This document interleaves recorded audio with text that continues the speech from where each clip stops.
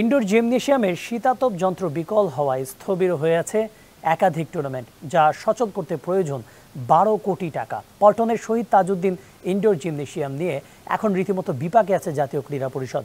এদিকে গেল 3 বছরে বিসিবির কাছ থেকে গেট মানির কোনো টাকা না পাওয়ার অভিযোগ এনএসসি।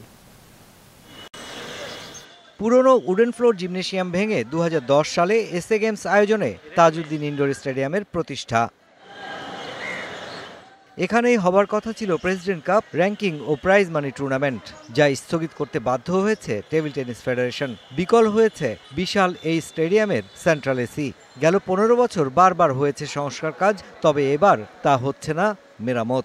এটা আসলে রিপেয়ারের কোনো সুযোগ নেই, মানে একদম ব্র্যান্ড নিউ আনতে হবে।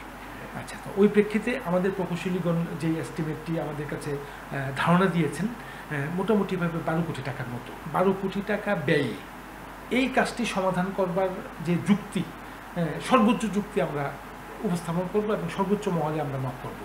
এদিকে চট্টগ্রাম জেলা স্টেডিয়াম বাফুফেকে বুঝিয়ে দিতে জেলা প্রশাসনকে চিঠি দেওয়া সহ ফুটবলের জন্য বেশ কিছু স্থাপনা বরাদ্দ চূড়ান্ত করে ফেলেছে এনএসসি।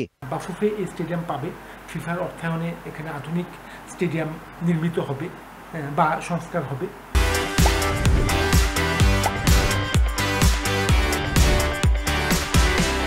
আবার পাশাপাশি স্থানীয় ক্রীড়া কর্মকাণ্ডের যাতে কোনো ব্যাঘাত না ঘটে, এটি নিশ্চিত করতে হবে। চিঠি দিয়ে আমরা এটা চট্টগ্রাম জেলা ক্রীড়া সংস্থাকে আমরা জানিয়ে দিয়েছি।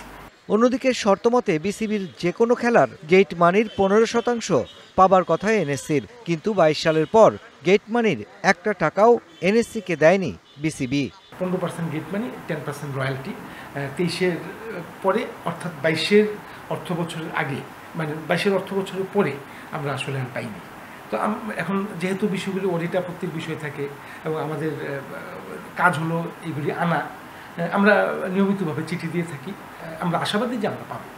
এনএসসির সচিব জানান, হকির মতো ব্যর্থতার কারণ খুঁজতে ভবিষ্যতে অন্যান্য ফেডারেশনের জন্য গঠন করা হতে পারে তদন্ত কমিটি, যা ফেডারেশনগুলোর ক্রীড়ার মান উন্নয়নে সহযোগী হয়ে থাকবে বলে মনে করছে NSC. Mushfiqur Rahman, DBC news, Dhaka.